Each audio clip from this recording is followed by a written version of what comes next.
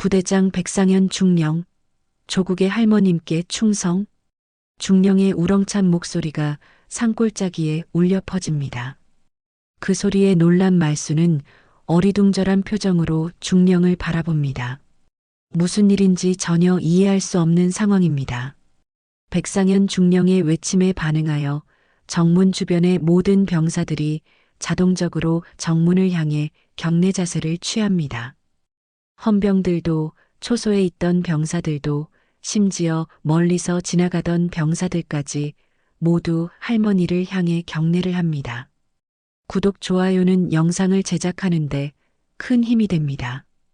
경상북도 깊숙한 곳, 산자락에 자리 잡은 작은 마을에는 오래된 한옥 한 채가 조용히 서 있습니다. 기와 지붕 곳곳에 이끼가 끼어 세월의 흔적을 드러내고 마당 한켠에는 감나무 한 그루가 가지를 늘어뜨리고 있죠. 이 집에서 혼자 살아가는 박말순 할머니는 올해 78살입니다. 오늘도 말순은 방 한가운데 앉아 낡은 고무신을 들여다보고 있습니다. 밑창이 닳아서 구멍이 숭숭 뚫린 고무신이지만 할머니에게는 소중한 물건이죠. 바늘과 실을 꺼내 조심스럽게 구멍난 부분을 꿰매기 시작합니다. 손가락은 관절염으로 뻣뻣하지만 바느질만큼은 여전히 정교합니다. 텔레비전에서는 저녁 뉴스가 나오고 있습니다. 앵커가 국방부 소식을 전하자 말순의 손이 잠시 멈춥니다. 군대 이야기만 나오면 어김없이 채널을 그대로 두고 화면을 바라보게 되거든요. 뉴스 속 젊은 군인들의 모습이 나올 때마다 할머니의 눈시울이 붉어집니다. 그놈이 첫 전입날이라 했지. 밤새 또 안녕했는지 모르겠네. 말수는 혼잣말을 중얼거리며 고무신을 내려놓습니다. 며칠 전 받은 손편지 2통이 방 한구석 서랍에 고이 접혀 있습니다. 손자 민수가 논산훈련소를 마치고 강원도의 어느 부대로 전입되었다는 소식을 전하는 편지였죠. 글씨가 삐뚤삐뚤하지만 할머니를 걱정하는 마음이 그대로 묻어나는 편지입니다. 민수는 어릴 때부터 할머니 손에서 자랐습니다. 부모님이 일찍 사고로 세상을 떠나면서 말순이 홀로 손자를 길러냈죠. 밤마다 등을 긁어주고 아플 때마다 병원에 업고 다니며 학용품 하나하나 마련해가며 키워낸 소중한 손자입니다. 그런 민수가 이제 군인이 되어 먼 곳에서 생활하고 있다니 할머니의 마음은 하루도 편할 날이 없습니다. 고무신을 다시 들어올리며 말수는 결심합니다. 바늘땀을 더욱 촘촘히 뜨면서 마음속으로 계획을 세워봅니다. 무언가 해줄 것이 있을 텐데 그냥 손 놓고 있을 수만은 없죠. 방 한구석에는 민수가 군대 가기 전 할머니가 정성스럽게 다림질해준 속옷들이 아직 남아 있습니다. 그것들도 함께 가져가야겠다고 생각합니다. 뭐라도 해줘야지. 할미가 너 군대 가기 전에 다림질해준 속옷도 챙겨야겠다. 말수는 고무신 바느질을 마치고 일어납니다. 부엌으로 가서 쌀을 씻고 김치통을 열어 잘 익은 김치를 꺼냅니다. 손수 담근 김치는 매콤하면서도 깊은 맛이 우러나죠. 이런 음식들을 손자에게 직접 가져다 주고 싶은 마음이 간절합니다. 작은 보자기를 꺼내 정성스럽게 음식을 싸기 시작합니다. 두툼한 양말도 몇 켤레 준비합니다. 산속 부대는 추울 테니까요. 밤이 깊어가도록 말수는 준비를 멈추지 않습니다. 내일 아침 첫 기차를 타고 민수를 만나러 가겠다는 결심을 굳힙니다. 손자 얼굴을 보고 잘 지내는지 확인하고 준비한 음식들을 전해주고 싶습니다. 그래야 할머니 마음이 조금이라도 편해질 것 같거든요. 새벽 5시 말수는 일어나 준비를 마칩니다. 깔끔히 빗은 머리에 고무신을 신고 보자기를 들고 집을 나섭니다. 마을 입구까지 걸어가 첫 버스를 기다립니다. 이른 새벽 공기는 차갑지만 할머니의 마음은 따뜻합니다. 곧 사랑하는 손자를 만날 생각에 발걸음이 가벼워집니다. 새벽 첫 기차는 여전히 어둠 속을 달리고 있습니다. 말수는 딱딱한 좌석에 앉아 창밖을 바라보며 손자 생각에 잠겨 있습니다. 보자기 안에는 정성스럽게 준비한 쌀과 김치, 그리고 두툼한 양말들이 들어있죠. 기차가 덜컹거릴 때마다 보자기를 더욱 꼭 안고 있습니다. 민수야, 할미가 간다. 조금만 기다려라. 혼잣말을 중얼거리며 할머니는 미소를 짓습니다. 손자가 어릴 때 아프면 밤새 간호하던 기억이 떠오릅니다. 열이 나면 이마에 찬 수건을 올려주고 배가 아프면 배를 쓸어주며 달래던 그 시절이 그리워집니다. 지금도 민수가 아프지는 않을까, 제대로 먹고 있을까 걱정이 앞섭니다. 기차에서 내린 말수는 시외버스 터미널로 향합니다. 이른 아침이라 사람들이 많지 않지만 버스 기사님이 친절하게 안내해 주십니다. 강원도 깊은 산골로 향하는 버스는 구불구불한 산길을 오르내리며 달립니다. 창밖으로 보이는 산들이 점점 높아지고 공기도 더욱 맑아집니다. 여기서 내리시면 됩니다. 부대까지는 조금 더 걸어가셔야 해요. 버스에서 내린 말수는 주변을 둘러봅니다. 사방이 산으로 둘러싸인 외진 곳입니다. 표지판을 따라 걸어가니 멀리 철조망과 초소가 보입니다. 드디어 민수가 있는 부대에 도착한 것입니다. 할머니의 마음이 두근거립니다. 부대 정문 앞에 서자 헌병이 다가옵니다. 젊은 병사의 얼굴에는 경계심이 역력합니다. 말수는 정중하게 인사하며 면회를 요청합니다. 안녕하세요. 저는 박민수 일병의 할머니입니다. 손자를 만나고 싶어서 왔는데요. 헌병은 난처한 표정을 지으며 고개를 젓습니다. 평일이고 공식적인 면회 신청이 없어서 민간인의 출입이 엄격히 제한된다고 설명합니다. 규정상 절대 안 된다는 것이죠. 어르신, 정말 죄송합니다. 원칙상 절대 안 됩니다. 미리 면회 신청을 하셔야 하는데요. 말순의 얼굴에 실망이 스쳐 지나갑니다. 하지만 포기할 수 없습니다. 이렇게 멀리까지 와서 그냥 돌아갈 수는 없죠. 내가 아들을 군대 보낸 게 아니라 손자를 보냈어요. 내 손으로 길렀거든요.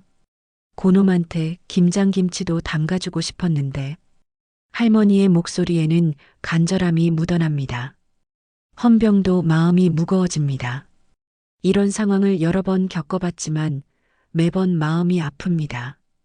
특히 나이 드신 분들이 먼 길을 달려와서 돌아가시는 모습을 볼 때면 더욱 그렇죠. 정말 죄송합니다. 저도 어쩔 수 없는 일이라서요. 다음번에는 미리 연락 주시고 오시면. 경비병은 연신 죄송하다는 말을 반복합니다. 하지만 규정은 규정이라서 어쩔 수 없다는 것입니다. 말수는 고개를 끄덕이며 이해한다는 듯 미소를 짓습니다. 화를 내봤자 소용없다는 걸 압니다. 할머니는 초라한 고무신을 끌며 조용히 돌아서기 시작합니다. 보자기를 꼭 안고 걸어가는 뒷모습이 쓸쓸해 보입니다. 이렇게 멀리까지 와서 손자 얼굴 한번 보지 못하고 돌아가야 한다니 마음이 무겁습니다. 민수야, 할미가 왔었는데 못 만나고 간다. 미안하다. 걸음을 옮기며 혼잣말을 하는 할머니의 목소리가 바람에 실려 날아갑니다. 헌병도 안타까운 마음에 말순의 뒷모습을 바라보며 한숨을 쉽니다. 이런 일이 있을 때마다 마음이 편하지 않습니다. 정문에서 점점 멀어져가는 할머니의 모습을 보며 헌병은 무언가 해줄 수 있는 일이 없을까 생각해 봅니다. 하지만 규정을 어길 수는 없습니다. 상급자에게 보고하면 문제가 될 수도 있거든요. 말수는 천천히 걸어가며 주변을 둘러봅니다. 민수가 이런 곳에서 생활하고 있구나 싶어 마음이 복잡합니다. 집에서는 따뜻한 방에서 잠들었는데 이제는 차가운 막사에서 잠을 자고 있을 테니까요. 잘 견디고 있을까, 아프지는 않을까 걱정이 됩니다. 버스 정류장까지 가는 길, 할머니의 발걸음은 무거웠습니다. 손자를 만나겠다는 일념으로 이른 새벽부터 길을 나섰는데 이렇게 허탈하게 돌아가야 한다니 마음이 아픕니다. 하지만 어쩔 수 없다는 것을 알고 있습니다. 말순이 정문에서 점점 멀어져 가던 바로 그 순간 갑자기 부대 안쪽에서 급박한 무전 소리가 들려옵니다. 헌병들이 부산스럽게 움직이기 시작하고 위병소 안에서는 긴급한 목소리들이 오가고 있습니다. 대대장님 도착하십니다. 한 병사가 큰 소리로 외치자 정문 주변이 순식간에 긴장감에 휩싸입니다. 헌병들은 재빨리 자세를 고치고 위병소 앞에 있던 헌병대장이 다급히 뛰쳐나옵니다. 평상시와는 확연히 다른 분위기입니다. 말순은 발걸음을 멈추고 뒤를 돌아봅니다. 무슨 일인지 궁금해서 조금 떨어진 곳에서 상황을 지켜보게 됩니다. 이런 소란스러운 모습은 처음 보는 일이라 어리둥절할 뿐입니다. 멀리서 군복 차림의 젊은 장교 한 명이 전속력으로 달려오는 모습이 보입니다. 계급장을 보니 중령입니다. 나이는 40대 초반 정도로 보이고 단정한 얼굴에 의지가 강해 보이는 눈빛을 하고 있습니다. 바로 이 부대의 대대장인 백상현 중령입니다. 백상현 중령은 정문 앞에 도착하자마자 상황을 파악합니다. 헌병들의 보고를 듣고 나서 멀리 서 있는 말순의 모습을 발견합니다. 보자기를 들고 서 있는 할머니의 모습을 보는 순간 중령의 얼굴에 놀라움이 스쳐 지나갑니다. 그는 잠시 할머니를 바라보더니 갑자기 큰 소리로 외칩니다. 부대장 백상현 중령, 조국의 할머님께 충성. 중령의 우렁찬 목소리가 산골짜기에 울려 퍼집니다. 그 소리에 놀란 말순은 어리둥절한 표정으로 중령을 바라봅니다. 무슨 일인지 전혀 이해할 수 없는 상황입니다. 백상현 중령의 외침에 반응하여 정문 주변의 모든 병사들이 자동적으로 정문을 향해 경례 자세를 취합니다. 헌병들도 초소에 있던 병사들도 심지어 멀리서 지나가던 병사들까지 모두 할머니를 향해 경례를 합니다. 이게 무슨 일인고? 말순은 당황하며 혼잣말을 중얼거립니다. 갑자기 자신을 향해 경례하는 병사들을 보니 무슨 일인지 도통 알 수가 없습니다. 혹시 자신이 실수한 일이 있나 싶어 불안해지기까지 합니다. 백상현 중령은 급한 걸음으로 할머니에게 다가갑니다. 병사들은 여전히 경례 자세를 유지하고 있고 주변은 숙연한 분위기에 휩싸여 있습니다. 중령이 가까이 다가오자 말순은 더욱 당황스러워합니다. 저는 그냥 손자 면회 왔다가 가는 길인데요. 할머니는 작은 목소리로 중얼거립니다. 이런 큰 소동을 일으킬 의도는 전혀 없었거든요. 그냥 조용히 와서 조용히 가려고 했을 뿐입니다. 백상현 중령은 말순 앞에 서서 깊이 인사합니다. 중령의 진지한 표정을 보니 뭔가 특별한 사연이 있는 것 같습니다. 주변 병사들도 숨을 죽이며 상황을 지켜보고 있습니다. 혹시 할머님 예전에 훈련소 근처에서 사셨나요? 중령의 질문에 말순은 고개를 끄덕입니다. 20년 전쯤 논산 근처에서 살았던 적이 있거든요. 그때는 지금보다 훨씬 젊었고 동네 사람들과 어울려 지내며 살았습니다. 맞습니다. 그때 훈련소 근처에 살았어요. 그런데 그걸 어떻게... 말순의 기억 속에서 어렴풋이 떠오르는 것들이 있습니다. 그 시절 힘든 군 생활을 하던 젊은 병사들에게 종종 반찬이나 보리차를 나눠줬던 기억이 납니다. 워낙 어린 병사들이 많아서 마음이 아팠거든요. 백상현 중령의 눈에 감격의 빛이 스쳐 지나갑니다.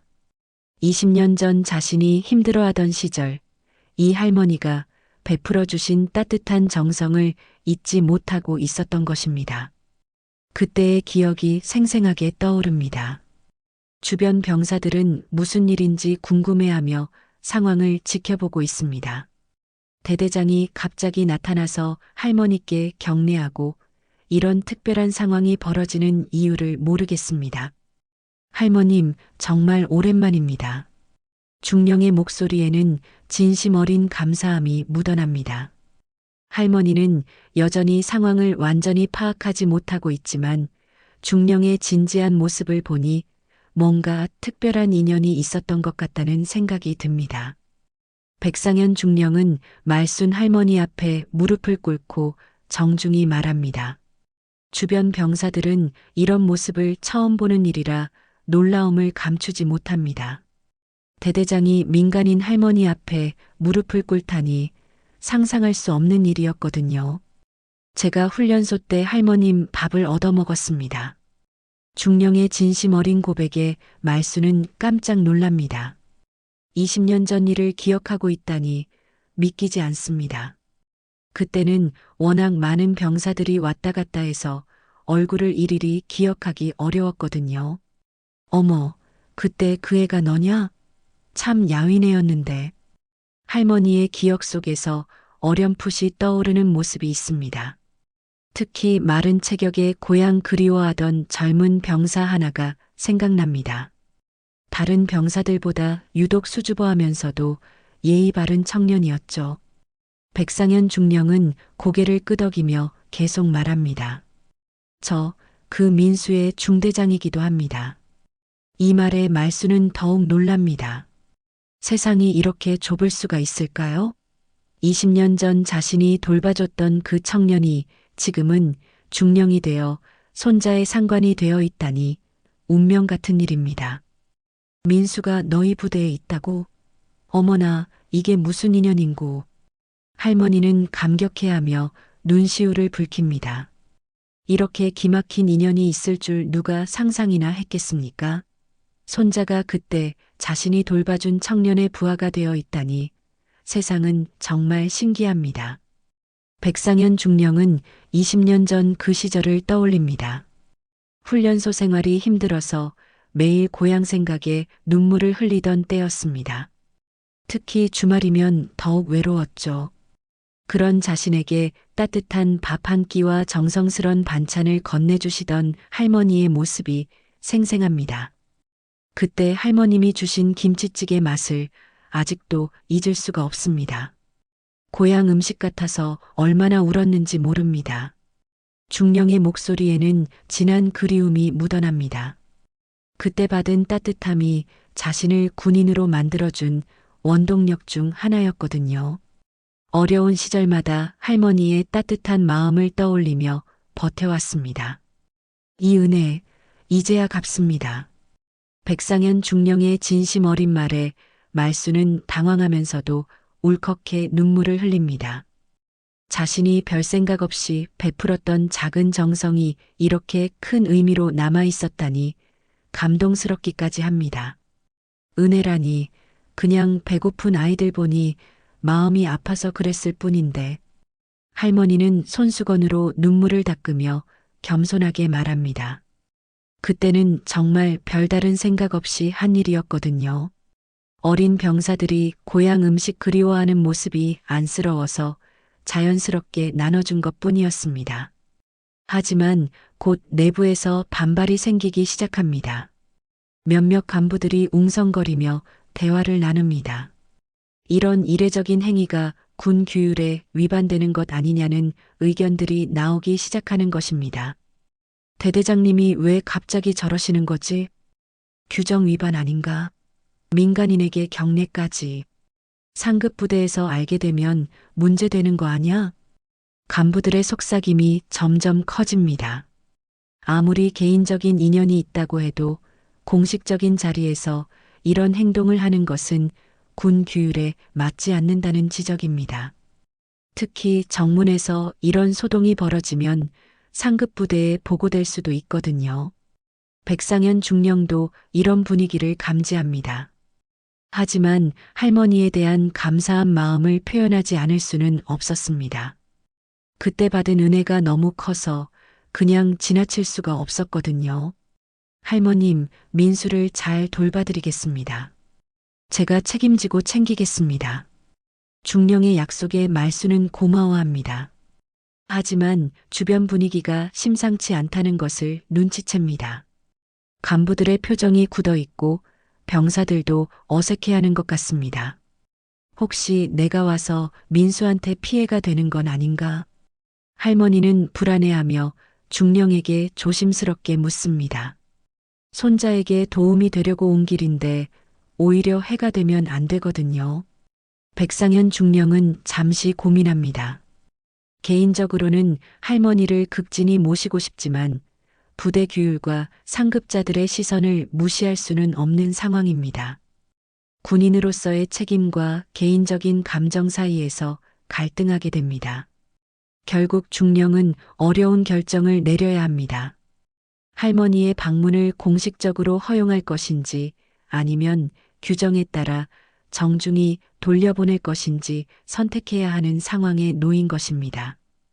백상현 중령의 고민은 오래가지 않았습니다. 결국 부대 규율을 우선시할 수밖에 없는 상황이었거든요. 상급 부대에서 이 일을 알게 되면 징계감이 될 수도 있고 무엇보다 다른 부대원들에게 잘못된 선례를 남길 수 있습니다. 할머님, 정말 죄송하지만 오늘은 이만 돌아가셔야 할 것 같습니다. 중령의 말에 말수는 고개를 끄덕입니다. 상황을 이해한다는 표정이지만 아쉬움은 감출 수 없습니다. 이렇게 기막힌 인연을 만났는데도 손자를 만나지 못하고 돌아가야 한다니 마음이 무겁습니다.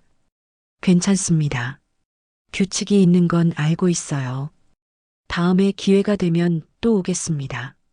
할머니는 의연하게 말하며 보자기를 다시 챙깁니다. 실망스럽지만 어쩔 수 없는 일이라는 걸 압니다. 오히려 백상현 중령이 곤란해질까봐 걱정되기까지 합니다. 말순이 부대를 떠난 후 부대 내부는 술렁거렸습니다.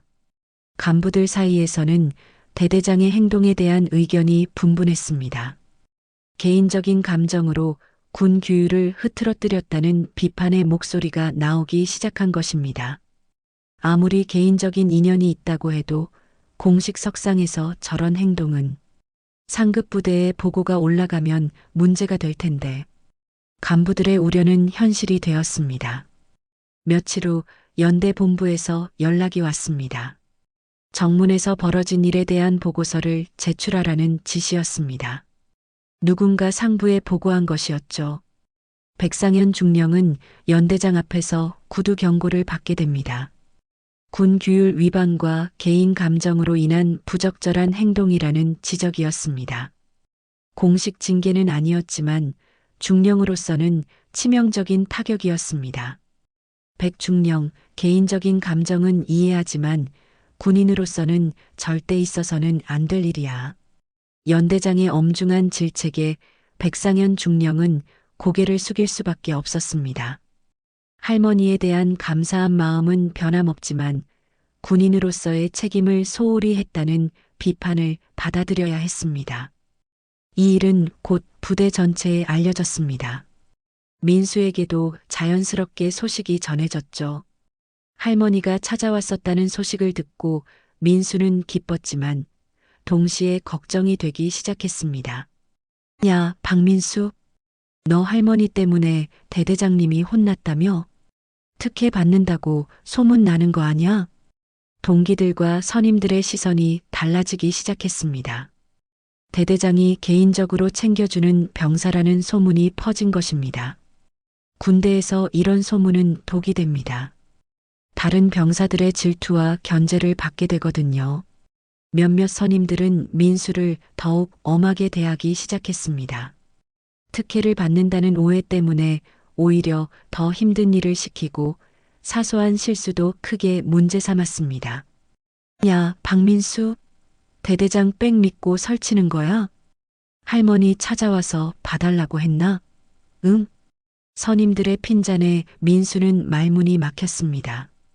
할머니가 자신을 위해 먼 길을 달려왔다는 것은 고맙지만 이런 결과를 가져올 줄은 몰랐습니다.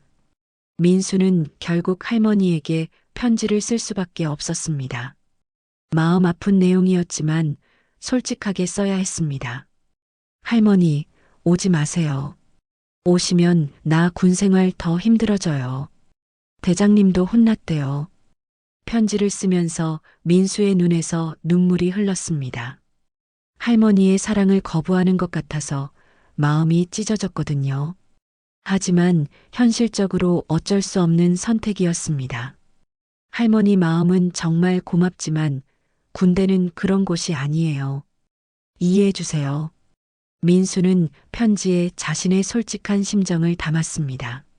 할머니를 사랑하지만 지금은 거리를 두는 것이 서로에게 도움이 된다는 것을 설명했습니다. 백상현 중령도 민수를 따로 불러 사과했습니다. 자신의 감정적인 행동 때문에 민수가 곤란해졌다는 것을 알고 있었거든요. 민수야, 미안하다. 내가 너무 성급했나 보다. 아닙니다. 대대장님. 할머니를 기억해 주셔서 감사합니다.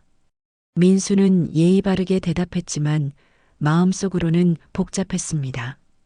감사한 마음과 부담스러운 마음이 동시에 들었거든요. 이 편지를 받은 말수는 집에서 울며 기차를 타고 다시 집으로 돌아왔습니다. 손자를 위한 일이 오히려 독이 되었다는 것을 깨달았기 때문입니다. 할머니로서는 가장 가슴 아픈 일이었습니다. 내가 괜한 짓을 했구나. 민수야, 미안하다. 며칠이 지난 어느 저녁, 백상현 중령은 깊은 고민에 빠져 있었습니다. 연대장의 질책과 부대 내 분위기 때문에 마음이 무거웠지만 할머니에 대한 감사한 마음만큼은 변하지 않았습니다. 오히려 시간이 지날수록 그때의 따뜻함이 더욱 선명하게 떠올랐죠. 중령은 결심을 하고 민수의 생활관으로 향했습니다. 저녁 점호 시간이라 병사들이 모두 모여 있었습니다. 대대장이 갑자기 생활관에 나타나자 모든 병사들이 긴장했습니다. 박민수 일병, 잠깐 나와보자. 민수는 떨리는 마음으로 중령을 따라 나섰습니다. 할머니 일 때문에 또 무슨 말씀을 하실지 걱정되었거든요. 복도 끝 조용한 곳에서 중령이 입을 열었습니다. 내가 너희 할머니한테 밥 얻어먹었단 걸 부끄러워하면 안 된다. 중령의 첫마디에 민수는 고개를 들었습니다. 예상과는 다른 말이었거든요. 부끄러워하지 말라니 무슨 뜻인지 이해가 되지 않았습니다. 그 밥 한 끼가 내가 군에 남은 이유니까. 백상현 중령은 진심을 담아 말했습니다. 20년 전 훈련소에서 받은 따뜻한 정성이 자신의 인생을 바꿔놓았다는 것을 민수에게 알려주고 싶었습니다. 대대장님, 민수는 감동받았습니다. 할머니가 베푼 작은 친절이 이렇게 큰 의미를 가지고 있었다니 새삼스럽게 할머니가 자랑스러워졌습니다. 중령은 그날 밤 자신의 사무실에서 글을 쓰기 시작했습니다. 20년 전 받은 은혜에 대한 이야기, 그리고 그것이 자신에게 어떤 의미였는지를 정성스럽게 적어 내려갔습니다. 다음 날 아침 부대 게시판에 특별한 글 하나가 게시되었습니다. 대대장이 직접 쓴 글이었습니다. 제목은 조국의 어머니를 기억하며였죠. 20년 전 논산 훈련소 근처에서 한 할머니를 만났습니다. 고향을 그리워하며 힘들어하던 저에게 따뜻한 밥 한 끼와 정성스런 반찬을 건네주셨습니다. 그 작은 친절이 저를 군인으로 만들었고 조국을 지키는 일에 헌신하게 만들었습니다. 글은 계속 이어졌습니다. 할머니의 따뜻한 마음이 얼마나 큰 힘이 되었는지, 그리고 그런 분들이 계시기에 우리가 지킬 조국이 의미 있다는 내용이었습니다. 병사들이 하나둘 게시판 앞에 모여들었습니다. 대대장이 직접 쓴 글이라 모두 관심을 가지고 읽었죠. 글을 읽으면서 병사들의 표정이 달라지기 시작했습니다. 와, 박민수 할머니가 그런 분이셨구나. 대대장님이 이렇게까지 감사해 하시다니. 병사들의 시선이 바뀌었습니다. 처음에는 특혜를 받는다고 시기했지만 이제는 존경스러운 마음이 들었습니다. 그런 훌륭한 할머니의 손자라는 것이 자랑스럽게 여겨졌거든요. 백상현 중령은 여기서 멈추지 않았습니다. 부대 홈페이지에도 같은 내용의 글을 올렸습니다. 더 많은 사람들이 할머니의 따뜻한 마음을 알았으면 했거든요. 글은 곧 화제가 되었습니다. 부대 홈페이지를 본 사람들이 소셜미디어에 공유하기 시작했고, 언론에서도 관심을 가지게 되었습니다. 국민의 어머니, 조국의 할머니라는 별명이 붙으며 말순 할머니는 유명해졌습니다. 뉴스에서 이 이야기가 나오자 전국적으로 반향이 일었습니다. 코로나로 힘든 시기에 이런 따뜻한 이야기가 사람들의 마음을 달래주었거든요. 많은 사람들이 할머니의 따뜻한 마음에 감동받았습니다. 부대 내 분위기도 완전히 바뀌었습니다. 처음에는 비판적이었던 간부들도 이제는 대대장의 행동을 이해하게 되었습니다. 개인적인 감정이 아니라 진정한 감사의 마음이었다는 것을 깨달았거든요. 민수 주변의 병사들과 선임들도 태도를 바꿨습니다.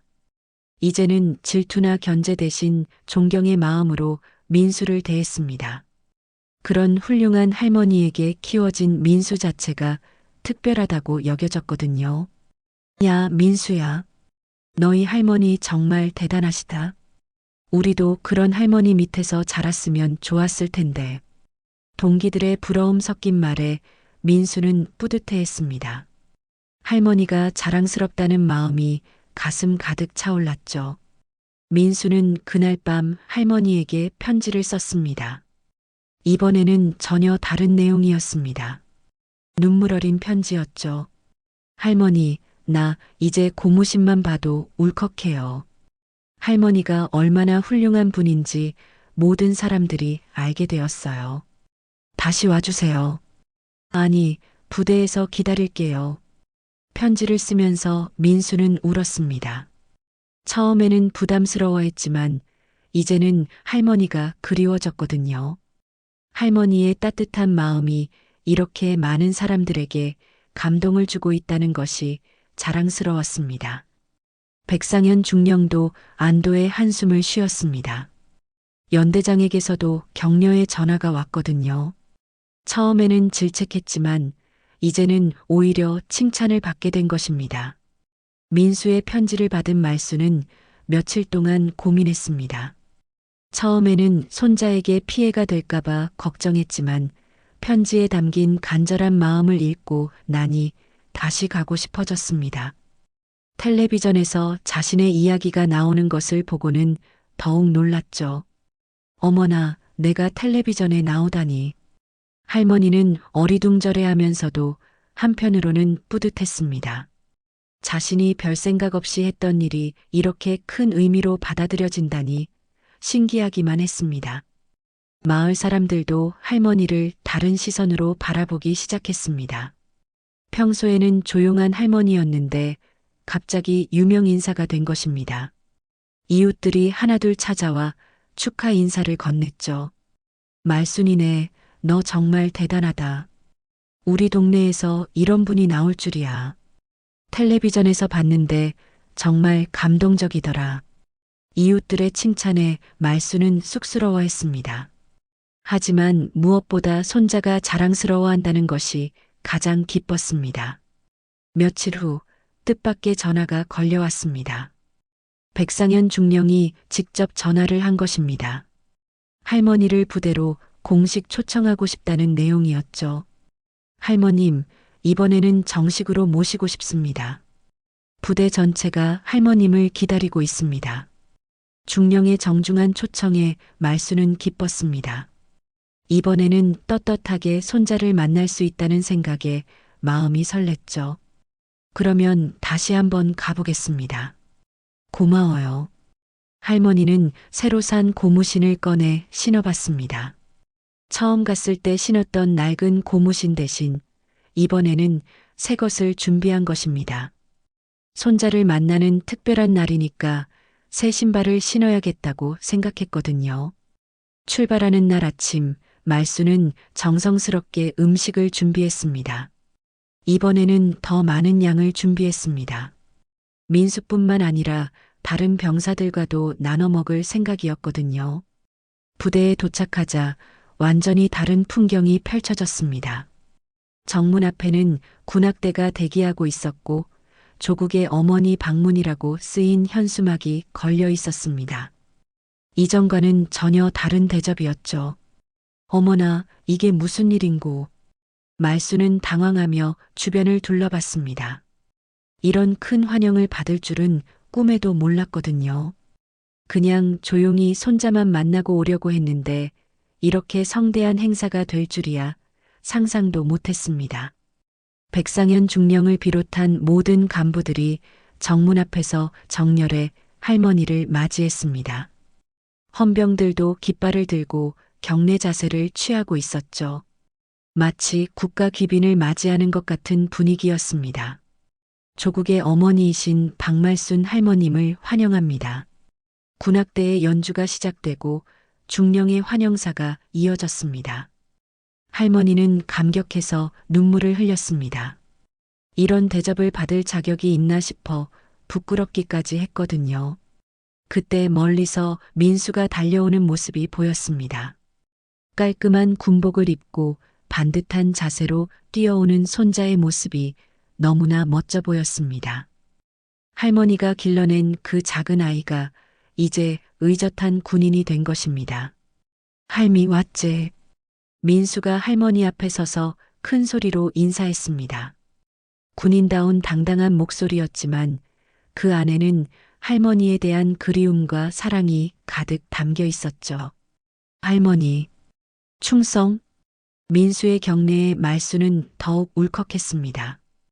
어릴 때는 그저 귀여운 손자였는데 이제는 이렇게 의젓한 군인이 되어 자신에게 경례를 하다니 감동스럽기 그지없었습니다. 우리 민수가 이렇게 의젓해졌구나. 할머니는 손자의 어깨를 토닥이며 자랑스러워했습니다. 키도 더 큰 것 같고 얼굴도 더 단단해진 것 같았습니다. 군대 생활이 민수를 더욱 성숙하게 만든 것 같았죠. 백상현 중령이 할머니를 부대 안으로 안내했습니다. 병사들이 양옆으로 도열해 경례하는 가운데 할머니는 천천히 걸어갔습니다. 마치 퍼레이드 같은 분위기였죠. 할머님, 이쪽으로 오시죠. 부대 식당에서 함께 식사하시겠습니다. 중령의 안내에 따라 할머니는 부대 식당으로 향했습니다. 그곳에는 이미 많은 병사들이 기다리고 있었습니다. 모두 할머니를 보고 싶어 했거든요. 식당에 들어서자 모든 병사들이 일제히 일어나 경례했습니다.